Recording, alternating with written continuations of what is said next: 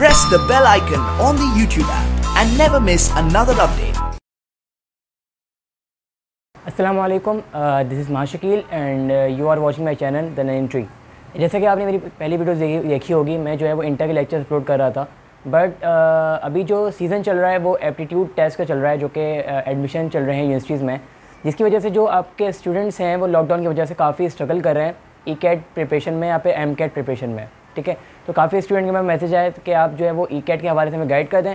तो आज जो मैं वीडियो स्टार्ट करने जा रहा हूँ, लेक्चर स्टार्ट करने जा रहा हूँ, that is about ECAT and MCAT. Now I am going to start the mathematics. Mathematics is related to ECAT. MCAT में मैथ आता नहीं है। अच्छा, ई कैट ऑब्वियसली बात है, ई कैट में आपके पास जो डिफरेंट यूनिवर्सिटी आती है like NID university, NUST university, sir Syed university, Dawood university and etcetera, सबके एडमिशन के लिए जो मैं कॉन्सेप्ट पढ़ा रहा हूँ वो बहुत ही इंपॉर्टेंट चीज़ है। ठीक है, तो आज जो मैं स्टार्ट करने जा रहा हूँ दैट इज़ मैथमेटिक्स, जो कि ई कैट के हवाले से बहुत ही इंपॉर्टेंट है। और जो मेरा आज का लेक्चर होगा that is related to second year chapter number 1। इसके जो मेन कंटेंट्स हैं जो कि एप्टीट्यूड टेस्ट में आते हैं वो है फंक्शन एंड रिलेशंस, जिसमें हम डोमेन के बारे में पढ़ेंगे। What is domain, what is codomain, what is range, what is which are types of functions, function और रिलेशन में क्या फ़र्क है। तो हम ये चीज़ें डिस्कस करेंगे कि क्या कौन से रिलेशन फंक्शन नहीं होते। तो ये सब चीज़ें हम डिस्कस करेंगे कि रिलेशन में और फंक्शन में क्या डिफरेंस है। The next one is even odd function. ये बहुत ही इंपॉर्टेंट होता है according to the aptitude test. हम इसको भी डिस्कस करेंगे कि कौन से फंक्शन इवन फंक्शन होते हैं, कौन से फंक्शन ऑड फंक्शन होते हैं। Then we will be discuss about the inverse function, कि हम इन्वर्स फंक्शन किस तरह कैलकुलेट करें, इसको हम डिस्कस करेंगे। And the last one is limit of function, जो कि आपने क्वेश्चन के करीब किए भी होंगे, लिमिट किस तरह निकालनी है। तो हम जो है क्विक मैथ से हम लिमिट निकालेंगे। आपने क्वेश्चन सॉल्व किए होंगे, वो थोड़े लंबे आंसर क्वेश्चन थे। तो चूँकि एप्टीट्यूड में आपके पास टाइम जो है वो मुश्किल से 1.25 मिनट या 1 मिनट आपका एक MCQ के लिए होता है। तो you have to do a quick math. तो आपको क्विक मैथ सिखाएंगे कि किस तरह हम क्विकली इसको सॉल्व कर सकते हैं। Now we are going to start our first topic that is function and relation, in which we have to know about the intervals. तो इंटरवल्स क्या होते हैं? इंटरवल्स का मतलब क्या होता है भाई, कि आपके पास एक लिमिट होती है कि आपको जो वैल्यू उठानी है वो इस लिमिट से इस लिमिट में उठानी है। लेट्स सपोज मैं बोलूँ भाई, आपको जो है ना वो नेचुरल नंबर उठानी है वैल्यूज़ जो कि 10 तक होगी। ठीक है, अब मैं क्या लिखूँगा, मैं 1 2 3 4 5 6 7 8 9 10 लिखूँगा, वो बहुत ही लंबा चक्कर है। तो we have to use interval for it. ठीक है, तो 4 टाइप के इंटरवल होते हैं, open interval, close interval, semi open and semi close, semi open semi close, और semi close and semi open. let's have a look example to understand this topic. ठीक है, let's have a look. We have a value in which I say that the value is 1 to 10, कि जो values है वो क्या है, 1 से 10 तक है। But the boundary elements should be exclude. मतलब भाई मैं बोल रहा हूँ कि 1 से 10 तक नंबर ले लो, बट 1 को और 10 को, मतलब जो बाउंड्री एलिमेंट्स है, जो आपके समझ लें कि जो एंड एलिमेंट्स हैं वो तो इंक्लूड ना हो, लेकिन इनके बीच में जितने भी एलिमेंट्स आ रहे हैं वो इंक्लूड हो। तो we will use open interval. तो we will write like this,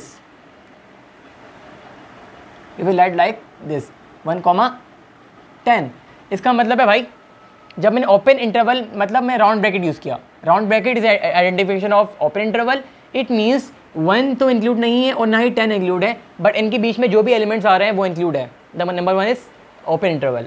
the next part is close interval.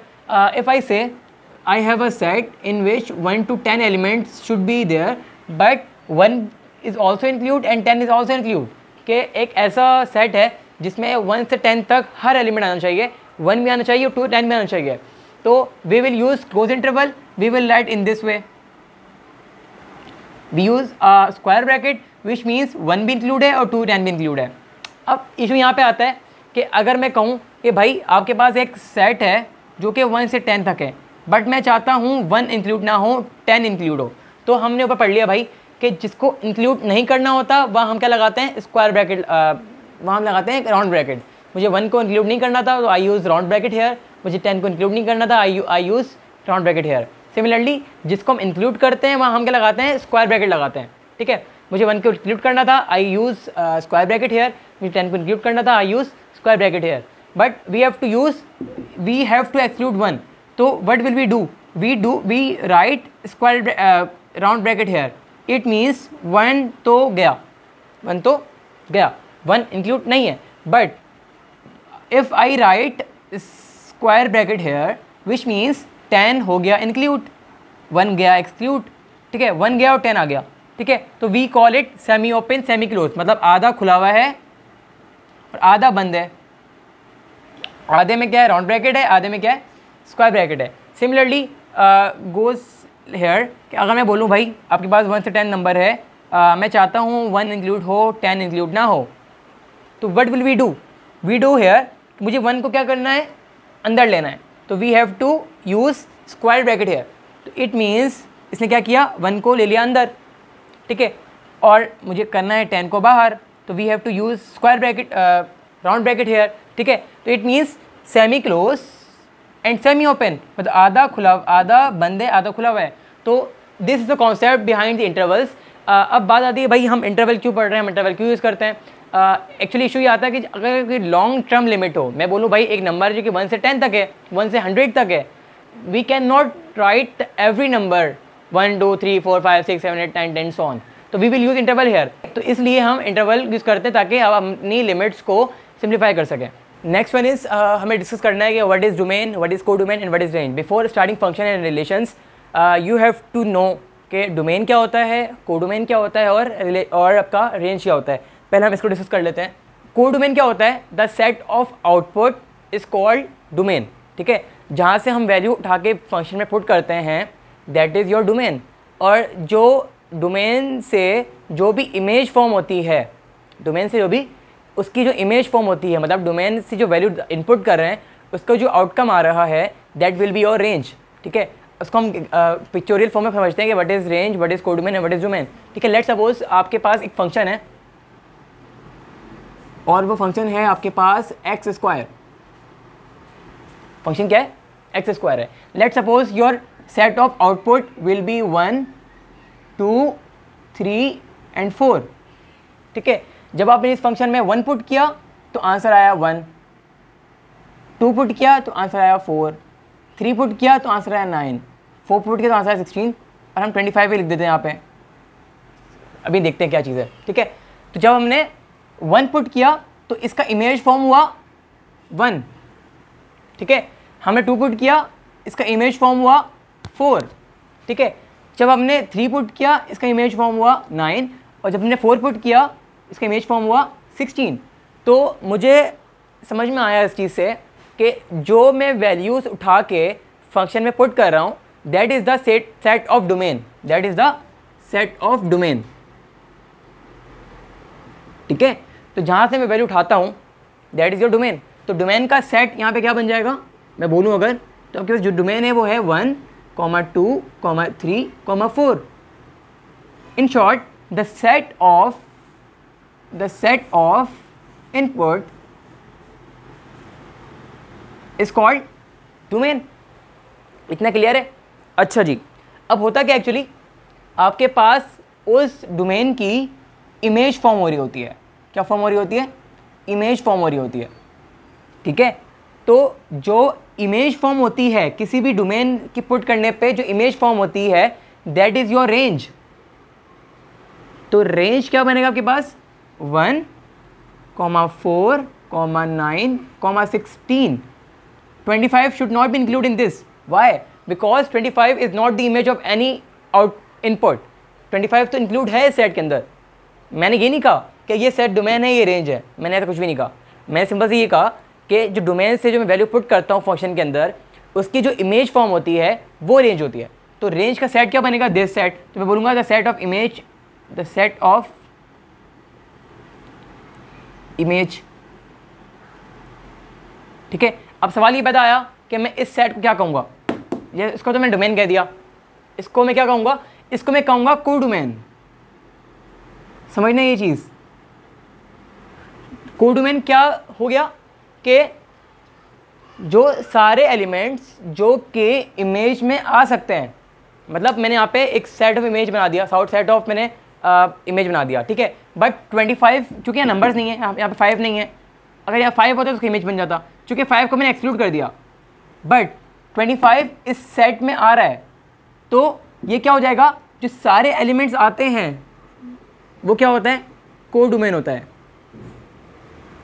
वो क्या होता है, कोडोमेन होता है।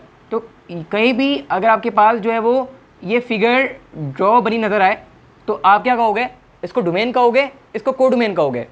वो अलग बात है कि कोडोमेन में जो इमेज फॉर्म हो रहा होता है उसको हम रेंज कहते हैं, ठीक है। तो मतलब मुझे समझ में आई कि हर रेंज तो कोडोमेन होता है, लेकिन हर कोडोमेन रेंज नहीं होता।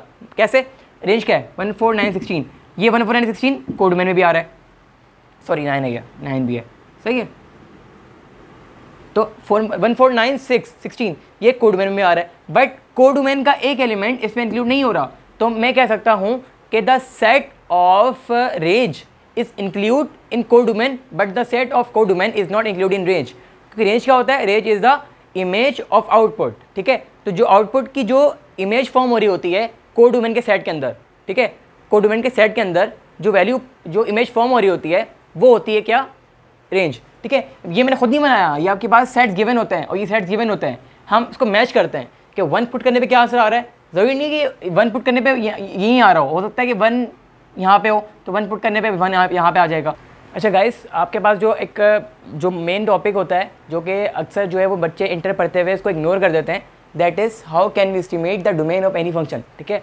तो आपको क्या करना पड़ता है, आपको एक फंक्शन गिवन होता है, ठीक है, और उस फंक्शन से आपको डोमेन निकालना होता है कि भाई डोमेन क्या होता है, सेट ऑफ इनपुट, कि आप उस फंक्शन में क्या क्या वैल्यूज़ को हम पुट कर सकते हैं। ऑब्वियसली बात है -इन्फिनिटी से लेकर +इन्फिनिटी तक लातादाद वैल्यूज़ होती हैं, मतलब all real numbers that is -minus infinity to infinity.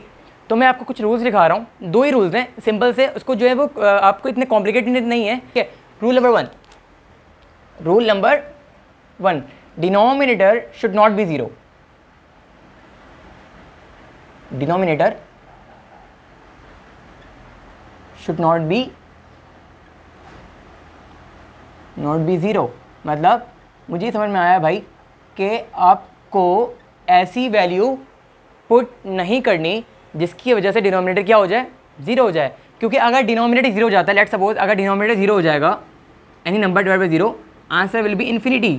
तो infinity is the undefined answer, infinity का आंसर अभी तक डिस्कवर नहीं हुआ, अभी तक हमें नहीं पता कि इसका आंसर क्या है।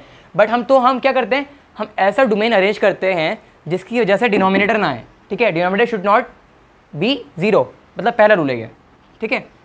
द नेक्स्ट वन,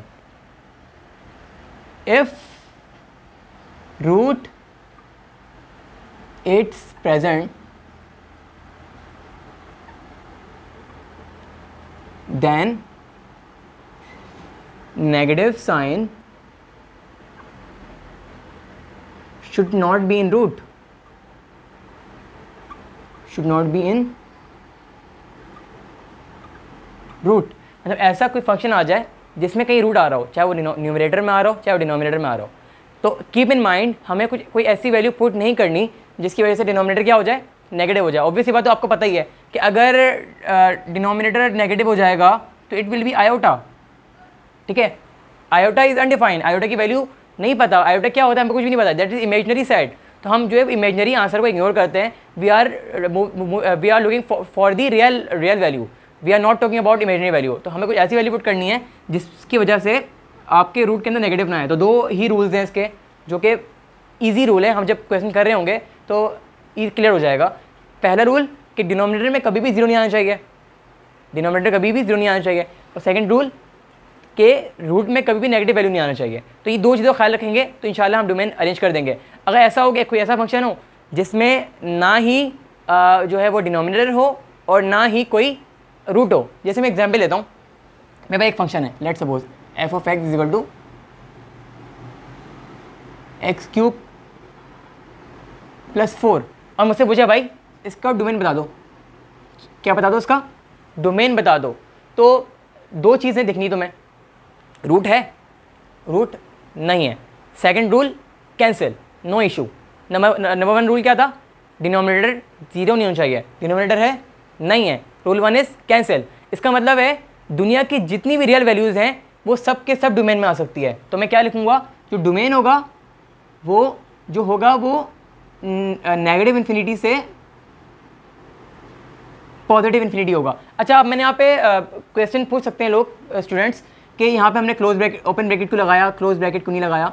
तो ये याद रखो हमेशा, कभी भी इन्फिनिटी आ जाए तो इन्फिनिटी पे कभी भी हम क्लोज ब्रैकेट यूज़ नहीं करते। क्यों नहीं करते? क्योंकि इन्फिनिटी को हम कभी भी इंक्लूड नहीं कर सकते, क्योंकि हमें नहीं पता कि इन्फिनिटी कितनी बड़ी है, कहाँ की वैल्यू है, अनडिफाइंड वैल्यू है इन्फिनिटी। तो जब भी इन्फिनिटी आ जाए तो keep in mind we can not use close bracket, तो we have to use open bracket. इसका मतलब क्या है? नेगेटिव इन्फिनिटी और प्लस इन्फिनिटी तो इंक्लूड नहीं हो गए, लेकिन इनके दरमियान में जितने भी नंबर्स आ रहे होंगे वो सब इंक्लूड होंगे। तो ऑब्वियस ही बात है, अगर मैं ग्राफिकल वे में तुम्हें शो करूँ, लेट सपोज यहाँ पे क्या है, नेगेटिव इन्फिनिटी है, यहाँ पे प्लस इन्फिनिटी है, इनके दरमियान में सारे एलिमेंट्स आ सकते हैं। तो अंडरस्टूड हो गया कि इसके दरमियान में सारे एलिमेंट, सारे रियल नंबर आ सकते हैं, सब रियल नंबर -2 +4 -5 -6 सब जो है वो इंक्लूड हो सकते हैं। ठीक है, तो क्या हुआ, मैं बता दिया भाई कि कोई भी नंबर ऐसा नहीं है जिसको हमें एक्सक्लूड करना है, सब के सब नंबर जो है वो इसके डोमेन में आ सकते हैं। लेट सपोज आपके पास एक फंक्शन है जिसकी वैल्यू है x² अपॉन x² -4। ठीक है, अब इस बोले तुम्हें भाई तुम इसका डोमेन निकाल दो। अब इशू ये आ गया, डिनोमिनेटर एग्जिस्ट कर रहा है, keep in mind denominator should not be equal to 0। अब तुम अब आप क्या करें, आप सोचें, अपनी क्विक मैथ लगाएं कि मैं ऐसी x की वैल्यू क्या पुट करूं कि आंसर 0 आ जाएगा। ठीक है, जैसे मैंने एस्टिमेट कर दिया, अगर मैं x की वैल्यू 2 पुट करूंगा या x की वैल्यू -2 पुट करूंगा तो इन दोनों वैल्यूज़ में आंसर क्या आ जाएगा? 0 आ जाएगा। पुट करो, 2 का स्क्वायर 4, 4 - 4 0, डिनोमिनेटर क्या हो गया? 0 हो गया। अब क्या करूंगा मैं? अब मैं बोलूँगा भाई, अब जब मैंने -2 पुट किया तो -2 का स्क्वायर 4, 4 - 4, डिनोमिनेटर क्या हो गया?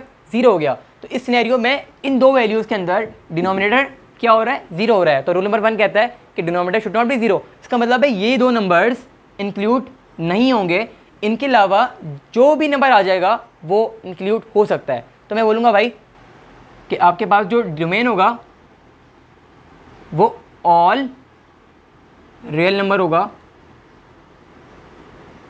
Accept -2 and 2। इधर मैंने तुम्हें एक सेंटेंस लिख दिया, अगर तुम्हें इसको इंटरवल्स की फॉर्म में लिखना चाहो तो इस तरह लिख सकते हो कि you can include all the values between -∞ to +∞, but except +2 and -2। Let's take another example, जो कि इसमें रूट आ रहा हो उसको हम डिफाइन कर लेते हैं। आपके पास एक क्वेश्चन है जो कि रूट x² -2 है और x² -4 है। ठीक है, अब you have to define what is the domain of this function. तो आपको वही दो रूल्स याद रखने हैं। फर्स्ट रूल आपके पास क्या था कि डिनोमिनेटर शुड नॉट बी 0। अब यहाँ पे तुम यहाँ पे जो है अपना दिमाग जो है वो क्विक मैथ में लगाओ कि भाई मैं क्या वैल्यू ऐसी पुट करूँ कि यहाँ पे क्या आ जाए? 0 आ जाए। ऑब्वियस सी बात है, अगर मैं यहाँ पे x2 पुट कर लूँगा और -2 पुट कर दूँगा तो ये 0 हो जाएगा। इसका मतलब है ये तो गया, ये सेट में नहीं आ रहा। लेकिन ख़तरा यहाँ पे अभी ख़त्म नहीं हुआ, अब तुम्हारे पास डिनोमिनेटर में रूट भी आ रहा है। तो रूट का सेकंड रूल क्या था कि अगर आपके पास डिनोमिनेटर होगा तो डिनोमिनेटर में कभी भी नेगेटिव नहीं आना चाहिए। अब आप देखो ऐसी कौन सी वैल्यू है जो कि यहाँ रूट के अंदर नेगेटिव दे देगा। ठीक है, अगर मैं 1 पुट करूँगा तो क्या देगा? 1 का स्क्वायर 1, 1 - 2 नेगेटिव दे देगा। 1 पे क्या दे देगा? नेगेटिव दे देगा। ठीक है, अगर मैं यहाँ पे -1 पुट करूँ, -1 का स्क्वायर 1, 1 - 2 तब भी नेगेटिव दे देगा। ठीक है, अगर मैं 2 पुट करूँ, 2 का स्क्वायर 4, 4 - 2 नेगेटिव नहीं आ रहा। मतलब आपके पास अगर वैल्यू 1 से बड़ी जा रही है तो 1 से बड़ी वैल्यू पे आपका ये रूट नेगेटिव नहीं दे रहा मुझे। ठीक है, तो क्या समझ में आया मुझे कि भाई 1 और -1 पे तो ये रूट के अंदर नेगेटिव आ जाएगा, लेकिन 1 से बड़ी वैल्यू पे रूट के अंदर नेगेटिव नहीं आ सकता। तो ग्राफिकल फॉर्म में इसको एक बार इसको डिस्कस कर लेते हैं ताकि आपके पास और भी क्लियर हो जाए। लेट सपोज आपके पास यहाँ पे 0 है, 1 2 3, 0 1 2 3, -1 -2 -3। अगर गौर करें कि 1 पे 0 आ रहा है, -1 पे जो है वो नेगेटिव आ रहा है, 1 में नेगेटिव आ रहा है, -1 में आ रहा है, और 0 पे भी नेगेटिव आ रहा है। मतलब ये जो यहाँ तक जो वैल्यू है ना साइड्स की, ये वेल डिफाइन नहीं है। अब तुम -1 से -2 चले आओ, -2 पुट करो तब भी नेगेटिव पॉजिटिव आ जाएगा, -3 पुट करो तब भी पॉजिटिव आ जाएगा, तुम 2 पुट करो तब भी पॉजिटिव आ जाएगा, और 3 पुट करो तब भी पॉजिटिव आ जाएगा। इसका मतलब है भाई आपके डिनोमिनेटर के लिए ये जो वैल्यू है ना, ये खतरे की घंटी आपके लिए, ठीक है, ये खतरे की घंटी है। तो -1 से 1 तो नहीं आ सकता, -1 से मतलब मैं बोलूँ भाई -1 से 1 नहीं आ सकता, सॉरी इसमें हम क्लोज इंटरवल लगाएंगे। क्यों क्लोज इंटरवल लगाएंगे? क्योंकि -1 भी इंक्लूड नहीं है, 1 भी इंक्लूड नहीं है, और इनके दरम्यान में जो सेट आ रहा है वो भी इंक्लूड नहीं है, ठीक है। अब यहाँ पे मसला क्या आ गया? अब बात सारी ये आ गई कि -1 से लेकर 1 तक वैल्यूज़ इंक्लूड नहीं है, तो ये एक्सक्लूड है, और 2 और -2 एक्सक्लूड है। तो अब बात है मैं डोमेन क्या बनाऊँ? तो डोमेन में क्या लिखूँगा भाई? डोमेन में लिखूँगा कि जो आपकी x की वैल्यू होगी वो 2 और -2 तो नहीं होगी, ठीक है। तो मैं बोलूँगा भाई इस तरह बना लो कि the set of all values, सही है, एक्सेप्ट ये इंक्लूड नहीं होगा और माइनस ये इंक्लूड नहीं होगा, 2 और -2। अच्छा 2 -2 को मैं ब्रैकेट में क्यों लिख रहा हूँ? मैं इसलिए लिख रहा हूँ कि इन दो वैल्यूज़ पे ही जो आपका डिनोमिनेटर है 0 आ जाएगा। इसकी वैल्यू तुम इसके अलावा तुम कुछ भी पुट कर लो 0 नहीं आएगा। लेकिन यहाँ पे देखो -1 और 1 के बीच में लादत नंबर आ सकते हैं। आपके 1 के बाद तो हमारे पास 0 आ सकता है, 0.5, 0.8, 0.9, 0.10, इन सब पे भी ना आंसर रूट में क्या देगा? नेगेटिव देगा। तो जब भी मैंने इसको इंटरवल में लिखा है, इंटरवल में बीच में लादाता नंबर है, -1 से 1 के दरमियान में करोड़ों नंबर है, 0.01, 0.02, 0.03, 0.04, सब पे क्या देगा? रूट को नेगेटिव देगा। और मैंने इसको इस तरह साइड में क्यों लिखा कि इन दोनों पे ही खाली आपकी जो वैल्यूज़ है वो जो है वो 0 आ रही है डिनोमिनेटर में, तो इसका डोमेन ये बन जाएगा, ठीक है।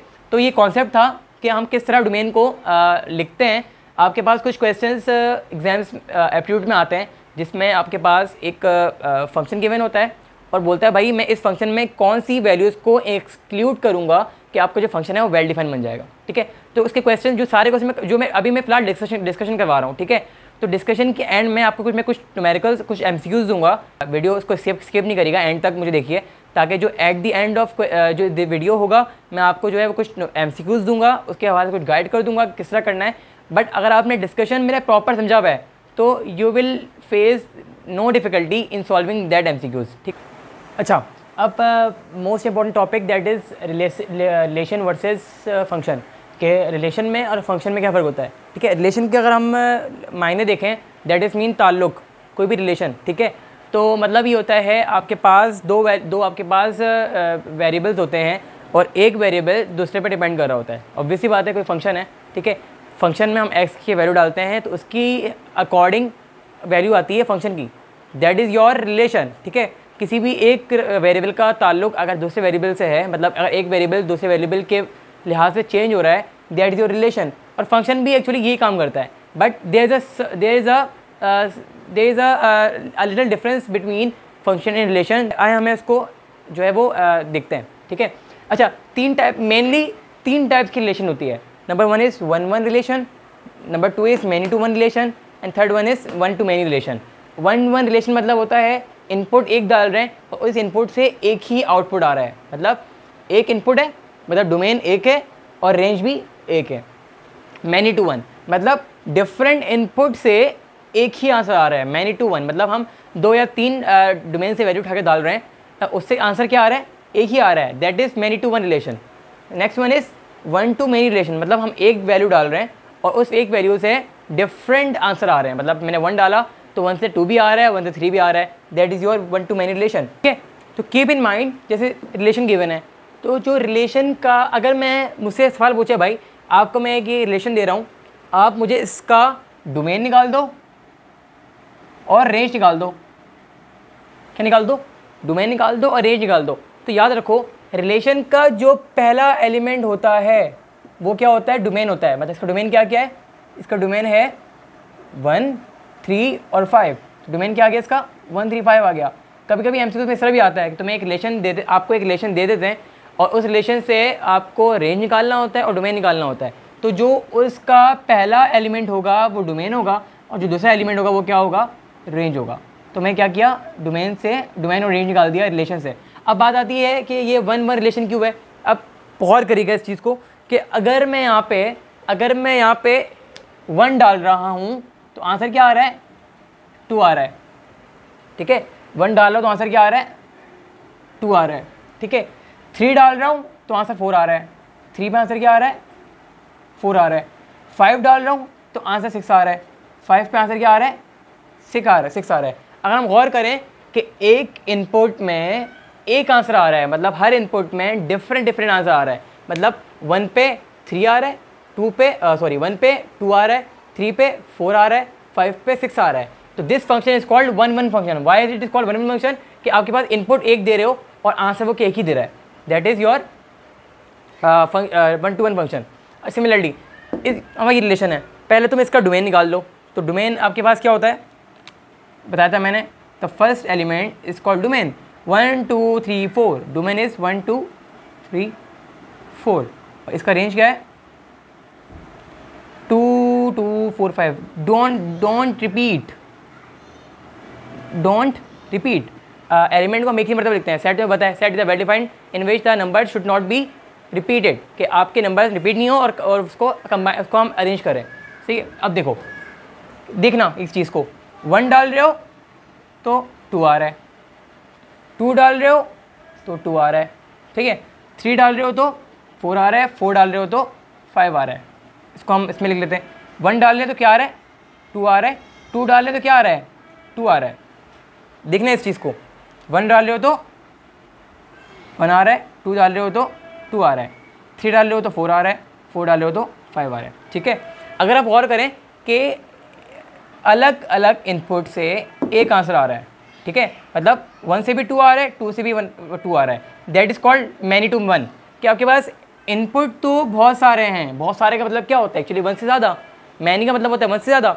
तो आपके इनपुट तो 2 हैं, बट आउटपुट वो क्या दे रहा है, एक ही दे रहा है। इनपुट 2 हैं बट आउटपुट क्या दे रहा है, एक ही दे रहा है। तो that is called many to 1 relation. ठीक है, अब next one is 1 to many relation. अब इसका हम डोमेन बना लेते हैं पहले तो। व्हाट इज डोमेन, 1 2 और 4। 1 2 और 4, 2 रिपीट हो रहा है। ठीक है, and what is range, range will be, इसको अरेंज करना है 3, 5, 7, 9। This is range. ठीक है, समझते हैं। 1 डाल रहे तो 4 आ रहा है, 2 डाल रहे तो 3 आ रहा है, 4 डाले 7 आ रहा है, और 2 डाले तो 9 आ रहा है। इसके यहाँ शो करते हैं। 1 पे क्या आ रहा है, 5 आ रहा है। 2 पे क्या आ रहा है, 2 पे 3 आ रहा है। ठीक है, 4 पे क्या आ रहा है, 4 पे 7 आ रहा है, और 2 पे क्या आ रहा है, 9 आ रहा है। ठीक है, मतलब एक इनपुट से 2 आंसर आ रहे हैं, विच मीन्स 1 to many। 1 आपका डोमेन है बट रेंज में क्या आ रहा है, 2 आ रहे हैं। ठीक है, तो 3 तरह के फंक्शन पढ़ लिए हमने, 1 to 1 relation, many to 1 relation, and the next one is 1 to many relation. अब बात आती है कि भाई फंक्शन में और रिलेशन में क्या फ़र्क है।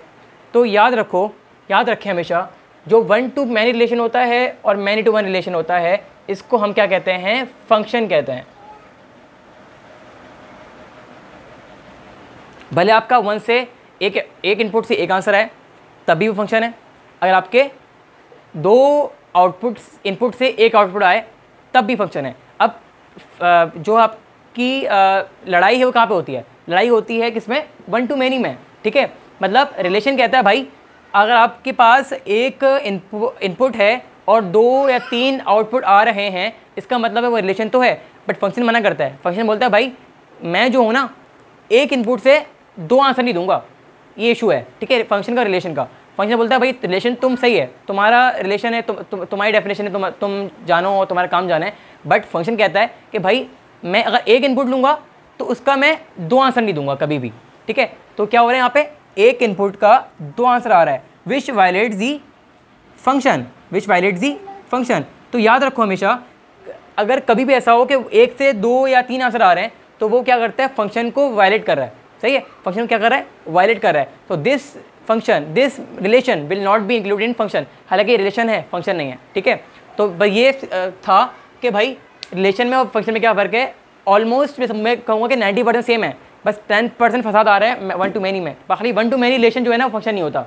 इसको हम किस तरह कन्वर्ट कर सकते हैं कि हर फंक्शन रिलेशन तो होता है लेकिन हर रिलेशन फंक्शन नहीं होता, कि हर फंक्शन रिलेशन तो है बट हर रिलेशन फंक्शन नहीं है। तो ये यहाँ पे समझ हो गया आपका किसका टॉपिक, रिलेशन का और फंक्शन का जो डिफरेंस था वो टॉपिक हमारा कंप्लीट हो गया। अब next one is types of function. तो फंक्शन की जो मेनली 4 टाइप्स होती हैं, that is one to one function, onto function, constant function और आइडेंटिटी फंक्शन, ठीक है। वन वन फंक्शन क्या होता है, एक इनपुट एक output. Let suppose I take example here कि I will take the domain in which elements are 1 2, इसको थोड़ा मैं बड़ा कर दूं ताकि आपको क्लियरली जो है वो नज़र आ सके। 1 2 3 आपका एक सेट है भाई जो कि 4 5 6 है। मतलब वन वन फंक्शन में क्या होता है, आपका एक इनपुट होगा एक आउटपुट होगा, एक इनपुट होगा एक आउटपुट होगा, एक इनपुट होगा एक आउटपुट होगा। ऐसा फंक्शन है जो कि एक इनपुट पे एक आउटपुट दे रहा है, that is called one to one function. अब next one is onto function. तो onto function is related to many to one function, ठीक है। मतलब लेट सपोज आपके पास 3 एलिमेंट्स हैं 1 2 3 4 5, ठीक है। मैंने 1 पुट किया आंसर आया 4, ठीक है। मैंने 2 पुट किया आंसर आया 5, मैंने 3 पुट किया आंसर आया 5। मतलब many to one, that's obvious many to one relation. जो मैनी टू वन होता है ना, मैनी टू वन रिलेशन को हम ऑन टू फंक्शन कहते हैं। मतलब आपके इनपुट्स एक से ज़्यादा हो रहे हैं बट आउटपुट क्या आ रहा है, एक ही आ रहा है। तो this function is called onto function, ठीक है, which is many to one relation कह सकते हो तुम इसको। अगर हम रिलेशन की बात करें तो मैनी टू वन रिलेशन कहेंगे, अगर हम जो है फंक्शन की बात करेंगे तो हम इसको क्या कहेंगे, ऑन टू फंक्शन कहेंगे, ठीक है। और next one is constant function. Constant मतलब क्या है भाई, इसका मतलब है आपके पास जो इनपुट है वो डिफरेंट इनपुट है बट डिफरेंट इनपुट से जो आंसर आ रहा है वो क्या आ रहा है, that is a domain. But मैं अगर 1 पुट कर रहा हूँ तब भी आंसर 4 आ रहा है, 2 पुट कर रहा हूँ तब भी आंसर 4 आ रहा है, 3 पुट कर रहा हूँ तब भी आंसर 4 आ रहा है। That is constant function. Constantly her value पे सेम आंसर आ रहा है। अब ये अगर ये सवाल पूछो भाई ये किस तरह हो सकता है कि हर इनपुट पे सेम आंसर आ सकता है। For example I will take the one example, that is function F of X is equal to 4। तुम 1 पुट करो क्या आएगा, क्योंकि यहाँ पे एक्स तो है नहीं, हम एक्स का पुट करेंगे, 1 पुट कर सकते नहीं है राइट साइड पे, तो ये 4 आ जाएगा। तो 2 पुट करो तब भी 4 आ जाएगा, 3 पुट करो तब भी 4 आ जाएगा। So this function is called constant function. This function is called constant.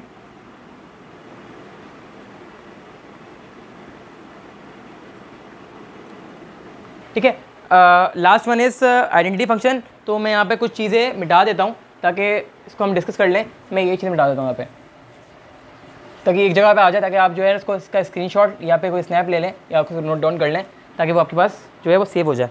ठीक है, तो मसला यहाँ पे क्या आ जाएगा, आपके पास लेट सपोज डोमेन है और को डोमेन है। ठीक है, जो वैल्यूज़ हैं वो 1 2 3 है। मैंने 1 पुट किया आंसर क्या आया, 1 आया। 2 पुट किया आंसर क्या आया, 2 आया। 3 पुट किया आंसर क्या आया, 3 आया। तो this is called identity function. मतलब आपके पास सेम आइडेंटिटी रिसीव हो रही है, जो मैं वैल्यू पुट कर रहा हूँ वही आउटपुट पर रिसीव हो रहा है। That is called identity function. तो हमने जो है वो 3 टाइप रिलेशन पढ़े। Number 1 is 1 to 1 relation, many to one relation और 1 to many relation. 1 to 1 relation और 1 to many to one relation is included in function. सही है, it's okay, but the problem is when it comes the 1 to many relation it violates the function. Now we have another topic that is even and odd function. तो even odd function हमें जो है वो बताना होता है कि ये फंक्शन जो है इवन फंक्शन है, ऑड फंक्शन है। तो मैं आपको 2 रूल दिखवा रहा हूँ जो आपको पुट करना है। द नंबर 1 इज़ पुट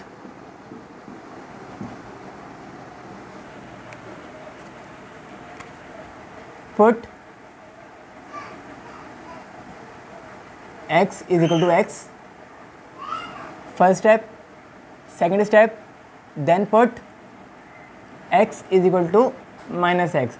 मतलब आप whatever the value of x, if you put the value 2, x is equal to 2, then x is equal to then minus 2 should be put here. ठीक है, it doesn't matter what will be the value of x. मैंने एक general term लिखी है, अगर आप x की जगह पे x लगा रहे हो और x की जगह पे माइनस x लगा रहे हो, दो मरतबा वैल्यू निकालो. अगर उन दोनों वैल्यू को कंपेयर करो, मतलब आपने क्या निकाला, आपने एक दफ़ा एफ एक्स निकाला, आपने एक दफ़ा F F of minus x निकाला. ठीक है, अगर एफ ऑफ एक्स की वैल्यू और एफ ऑफ माइनस एक्स की वैल्यू सेम आ रही है, मतलब एक्स पुट करने पे और माइनस एक्स पुट करने पे आंसर सेम आ रहा है, then this function is called even function. But some time ये भी सिनेरियो होता है कि आप जो है वो एक दफ़ा जब प्लस एक्स पुट करते हो और एक दफ़ा माइनस एक्स पुट करते हो, तो वो क्या करता है, वो आपको आंसर नेगेटिव में देता है कि अगर प्लस एक्स पुट करने पे और माइनस एक्स पुट करने पे दोनों का आंसर नेगेटिव आए, अपोजिट इन साइन आए, then this function is called odd function. ठीक है, सिंपल सी लॉजिक है. There is nothing difficult in this topic. Simply I have designed the 4 questions in which we will decide that which function is even function and which function is called odd function. Now first we have to identify that x square is even function or odd function. Simply मैंने दो rule लिखवाए थे, put x is equal to x. तो मैं क्या कर रहा हूँ, x की जगह पे मैं x पुट कर रहा हूँ, सॉरी x की जगह पे मैं x पुट कर रहा हूँ. तो जब मैं x की जगह पे x पुट करूँगा तो ये x स्क्वायर हो जाएगा. For your ease, I will put x की वैल्यू इक्वल टू 1. तो f ऑफ 1 क्या हो जाएगा, 1 का square, that is 1. Now I am going to put the value -1. मैंने क्या कहा था, एक दफ़ा प्लस में पुट करना है, एक दफ़ा नेगेटिव में पुट करना है. जब मैंने -1 पुट किया तो तब भी आंसर क्या आया, 1 आया. सेम इन साइन, मतलब यहाँ पे f ऑफ 1 बराबर किसके है, f ऑफ -1 के. तो it should be even function.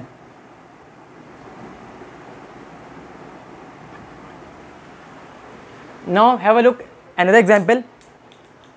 This function, let's suppose f of x is equal to x cube. Put f is equal to 1, 1 का cube, answer is 1. Now put f is equal to -1, -1 का cube, answer is -1. Then it defines that जब मैं 1 put कर रहा हूँ और जब मैं -1 पुट कर रहा हूँ तो इसका नेगेटिव आ रहा है. Then this function is called odd function. Now have a look the another example, that is sin x. Function क्या है, sin x है. वैसे तो हम x की वैल्यू कोई भी पुट कर सकते हैं, बट कीप इन माइंड आप x की वैल्यू वो पुट करो जब भी ट्रिग्नोमेट्रिक फंक्शन आए, स्टैंडर्ड वैल्यू पुट करो, दैट इज़ 30, 45, 60 एंड 90. तो मैं यहाँ पे 45 पुट कर रहा हूँ. ठीक है, एक दफ़ा प्लस 45 पुट कर रहा हूँ और एक दफ़ा नेगेटिव 45 पुट कर रहा हूँ. तो 45 पुट किया मैंने, तो ये जगह sin 45, और sin 45 की जो वैल्यू होती है वो होती है 1/√2. ठीक है, अब मैंने एक दफ़ा नेगेटिव 45 पुट कर दो. व्हेन वी पुट नेगेटिव 45 क्या हो जाएगा, sin negative 45, sin negative 45 will be -1/√2. It completely defines that this function is called odd function. अच्छा, next function is x³ into sine x. अच्छा, इसके अंदर क्या हो रहा है, इसके अंदर दो फंक्शंस क्या हो रहे हैं, मल्टीप्लाई हो रहे हैं. दो फंक्शन क्या हो रहे हैं, मल्टीप्लाई हो रहे हैं. तो या तो उसको आप सिंपली सॉल्व कर लो x की वैल्यू डाल के, x की वैल्यू डाल के. But there is a simple trick here कि अगर याद रखें, अगर दो इवन फंक्शन मल्टीप्लाई हो रहे हैं, अगर दो इवन फंक्शन मल्टीप्लाई हो रहे हैं तो इसका आंसर इवन ही आएगा. पहली बात. दूसरी बात, अगर एक इवन और एक ऑड मल्टीप्लाई हो रहा है, क्या हो रहा है इसमें, एक इवन और एक ऑड मल्टीप्लाई हो रहा है, तो आंसर क्या आएगा, ऑड आएगा. या अगर दोनों ऑड मल्टीप्लाई हो रहे हैं तो तब भी आंसर क्या आएगा, इवन आएगा। बट अगर मैं यहाँ देखूँ, मुझे पता है कि एक्स क्यूब जो है वो ऑड फंक्शन है, मुझे पता है साइन एक्स क्या है, ऑड फंक्शन है, ठीक है। एक्स क्यूब क्या है, ऑड फंक्शन है, और साइन एक्स क्या है, आपके पास ऑड फंक्शन है। तो मुझे पता चल गया भाई कि इसका जो आंसर आना चाहिए वो इवन आना चाहिए, ठीक है। एप्टीट्यूड में you don't need to solve the question, ठीक है। एप्टीट्यूड में आपके पास क्वेश्चन सॉल्व करने की जरूरत नहीं पड़ती, हम जो है आंसर, सिर्फ आंसर हमें टिक करना होता है। सिंपली हम एक्स क्यूब कॉर्ड है, साइन एक्स ऑड है, तो आंसर क्या आना चाहिए, इसका इवन आना चाहिए। If you want to solve this question, तो मैं क्या कर रहा हूँ, मैं यहाँ पे let's suppose function is X cube sine X, ठीक है। तुम क्या करो, एक दफ़ा पुट करो 45, जब 45 पुट करोगे तो यहाँ पे 45 पुट होगा। अच्छा, एक चीज़ हमेशा याद रखो कि अगर कोई ऐसा क्वेश्चन हो जिसके अंदर x अलहदा भी आ रहा हो और x इसका एंगल भी हो, ठीक है। जो x अलहदा आ रहा होता है ना, इसको हमेशा हम रेडियन में पुट करते हैं, इसको हमेशा हम रेडियन में पुट करते हैं। कीप इन माइंड कि अगर अगर x अलग आ रहा है, जैसे ये अलग है, तो इसमें हम मसला नहीं है, हम पुट कर सकते हैं सिंपल न्यूमेरिक वैल्यू। बट अगर एक्स क्यूब के साथ साइन एक्स लगा हुआ है, चाहे वो ऐड हो रहा है चाहे वो सब्ट्रैक्ट हो रहा है, तो कीप इन माइंड कि x should be in radian, और यहाँ पे हम वही 45 पुट करेंगे। तो इसको सॉल्व करने पे जो मैं सॉल्व कर चुका हूँ, उसका आंसर आ रहा है पाई क्यूब अपॉन 64 रूट 2, ठीक है। जब मैं -45 पुट कर रहा हूँ तो तब भी यहाँ पे क्या हो जाएगा, -π/4, ये जाएगा साइन 45, तो तब भी आंसर क्या आ रहा है, pi cube upon 64 root 2। You can check as well, ठीक है। तब भी आंसर क्या आ रहा है, सेम आ रहा है, इसका मतलब इवन फंक्शन है। तो मतलब मुझे समझ में आ गया कि अगर दो फंक्शन मल्टीप्लाई हो रहे हैं और दोनों इवन हैं तो answer should be even. Next one is, अगर दो फंक्शन मल्टीप्लाई हो रहे हैं, एक इवन एक ऑड है, तब भी ऑड आएगा, अगर ये दोनों ऑड है तो इवन आएगा। आपको मैं कुछ क्वेश्चन दूंगा, उसमें डिफरेंट फंक्शन होंगे, इसमें इवन फंक्शन ऑड फंक्शन निकालना होगा। Now have a look composite function, quickly इसको वाइड अप करते हैं। आप ऑलरेडी इसके क्वेश्चन कर चुके हैं तो आपको आता होगा, मैं क्विक इसको कॉन्सेप्ट दे देता हूँ। कंपोजिट फंक्शन क्या होता है, कंपोजिट मतलब दो चीज़ों को आपस में मिलाना, कंपोजिट करना, ठीक है। लेट्स सपोज आपके पास ऐसा फंक्शन है जिसे आप डोमेन से आप यहाँ से यहाँ जा रहे हो, फिर आपको यहाँ से यहाँ जाना है, मतलब आपको डबल रास्ता कवर करना है। आप your main goal to find this range, तो क्या करोगे, आप इसको डायरेक्टली एक लिंक बनाओगे फर्स्ट का से, या फिर आपको यहाँ से यहाँ जाना है या यहाँ से यहाँ आना है। तो दिस इज कॉल्ड, हम एक फंक्शन डिज़ाइन करते हैं ताकि हम इस फंक्शन के तहत हम इजीली इस डोमेन से इस को डोमेन पे चले जाएं। तो we will call it a composite function. और अगर आपको यहाँ से यहाँ जाना है तो वी कॉल इट FOG, मतलब F से G पे जाना है। अगर आपको यूँ से यूँ आना है, दिस इज कॉल्ड GOF। इसको हम ऐसे भी लिखते हैं, F of G of X, और इसको हम G of F of X।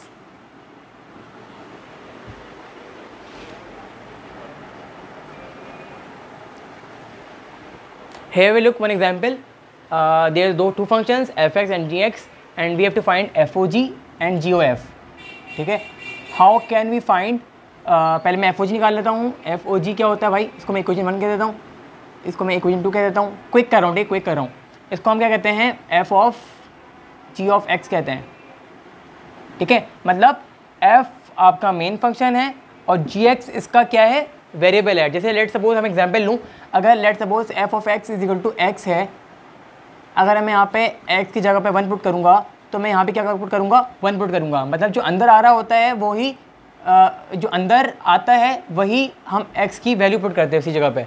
जैसे सिंपल एग्जांपल है, मेन फंक्शन आपका क्या है, x प्लस 1 है, ठीक है।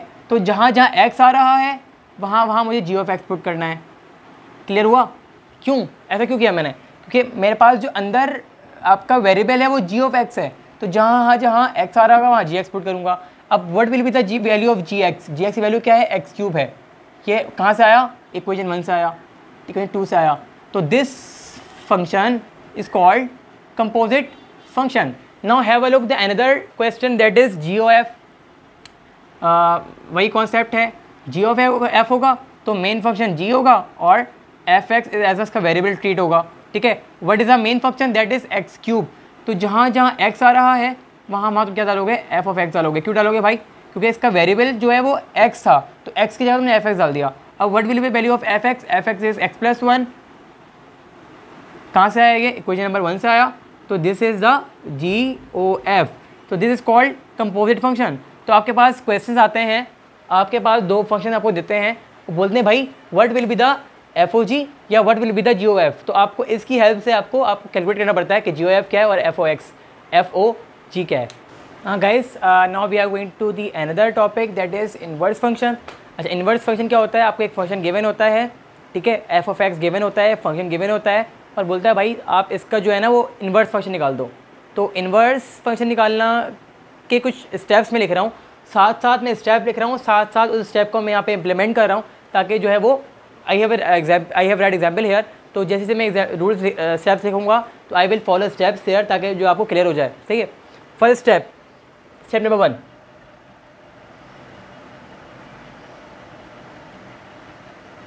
Replace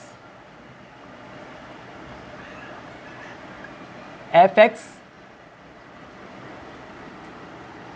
with y, replace f x is equal to y, ठीक है। ये तो अंडरस्टूड बात है कि जो एफ एक्स होता है वो वाई होता है, कि अगर फंक्शन में एफ एक्स आ रहा होगा तो तुम इसको क्या करो, वाई से रिप्लेस करो। I have done first step. Number 2, mostly जो है ना वो स्टेप 1 में ऑलरेडी वो जो फंक्शन देते हैं ना हम, वो ऑलरेडी तुम्हारा वाई दिया हुआ होता है, तो फर्स्ट स्टेप को हम एक्सक्लूड कर सकते हैं, ठीक है। आ जाए, ठीक है गाइस। रिप्लेस क्या है, अब नेक्स्ट में क्या करना है, अब करना ये है कि जहाँ जहाँ एक्स आ रहा है वहाँ वाई डाल दो, और जहाँ जहाँ वाई आ रहा है वहाँ एक्स डाल दो, इन्वर्स कर दो, उल्टा कर दो, ठीक है। तो मैं क्या कर रहा हूँ, replacing x and y, replacing x and y. यहाँ वाई है तो एक्स लगा दो, और एक्स है तो वाई लगा दो। थर्ड स्टेप,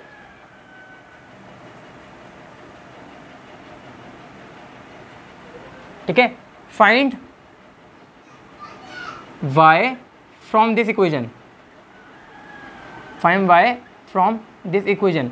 इस इक्वेशन से तुम क्या निकाल लो, y निकाल लो, इसको y अरेंज कर लो, मैथ को वहाँ ले जाओ, ये हो जाएगा y square is equal to x plus 4, root लेना पड़ेगा, तो y की वैल्यू क्या आ गई, रूट ऑफ x प्लस 4 आ गई, ठीक है। Last step,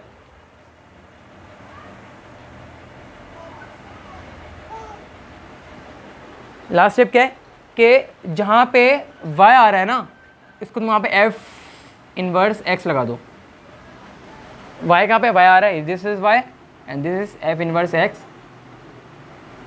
so we call it inverse function.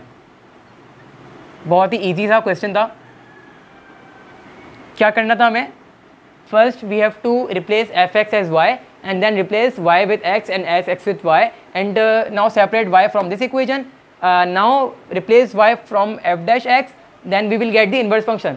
तो बहुत ही ईजी सा ये क्वेश्चन था कि आपके पास एक फंक्शन गिवन होता है एप्टीट्यूड टेस्ट में, आप इसका इनवर्स फंक्शन मांगते हैं और आपको ऑप्शन में 4 ऑप्शन देते हैं, then you have to follow this steps, find the inverse function and select the correct answer. Now we are going to start the last topic of this chapter, that is limit of function. limit of function के question आप already कर चुके थे। Limit of function क्या होता है कि कोई भी अगर एक वेरिएबल दूसरी किसी एक वैल्यू पे अप्रोच कर रहा हो तो उस वक्त उस फंक्शन की वैल्यू क्या होती है, ठीक है। तो आपने क्वेश्चन किए होंगे 1.6 1.7 में। आप क्या करते थे, पहले फंक्शन में आप जो लिमिट होती थी पहले आप वो पुट करते थे, अगर वो लिमिट पुट करने पे 0.0 देता था then we have to simplify unless कि ये आंसर ख़त्म हो जाए। ये क्वेश्चन था लिमिट ऑफ फंक्शन का, ठीक है। तो we have a different we had a different formulas for this. We have to make factor, we have to cancel out, and we have to apply formulas, we have to memorize the formulas. Now आपकी इस video के बाद आपकी जो सारी problems हैं formula याद करने वाली लंबे लंबे स्टेप वाली, वो सब क्या हो जाएंगी, ख़त्म हो जाएंगी। ठीक है। तो पहला 2 ही स्टेप इसमें करना है, कुछ भी नहीं करना, 2 ही स्टेप फॉलो करो। पहली चीज़, कभी कभी वो आपको ट्रैप करता है, जब भी वो MCQs देते हैं ट्रैप करते हैं। कभी कभी क्या होता है कि वैल्यू पुट करने के बाद ना वो 0.0 नहीं दे रहा होता, वो डायरेक्टली वैल्यू दे रहा होता है।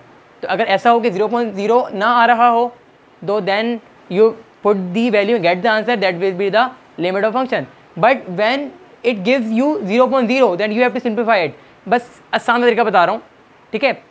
Let's suppose this is a question, इसका तुम्हें लिमिट निकालनी है, ठीक है। तो क्या करो, ऊपर तुम क्या करो, डेरिवेटिव ले लो, और नीचे क्या ले लो, डेरिवेटिव ले लो। मतलब डेरिवेटिव उस वक्त तक लो जब तक कि वो 0.0 फैक्टर को ख़त्म ना कर दे, ठीक है। लेट्स सी हम लेते derivative, limit x tend to 0, limit ले लो उसका, ये हो जाएगा 9x², ये हो जाएगा 4x, ये हो जाएगा 1, ये हो जाएगा 8x, ये हो जाएगा 2। अगर मैं यहाँ पे 0 पुट करता हूँ तो ये हो जाएगा 0 - 0 + 1/0 + 2, तो it will give me answer 1/2। अब ये 1/2 0.0 नहीं आ रहा, this is limit of function. देखिए बहुत ही इजी सा ट्रिक थी, कुछ भी नहीं किया मैंने क्या किया, मैंने दोनों साइड पे डेरिवेटिव ले लिया। अगर वो एक दफ़ा डेरिवेटिव लेने पे अगर वो 0.0 को ख़त्म कर देगा तो इट मीन्स के this is the limit of the function. Now let's have a look the another example here.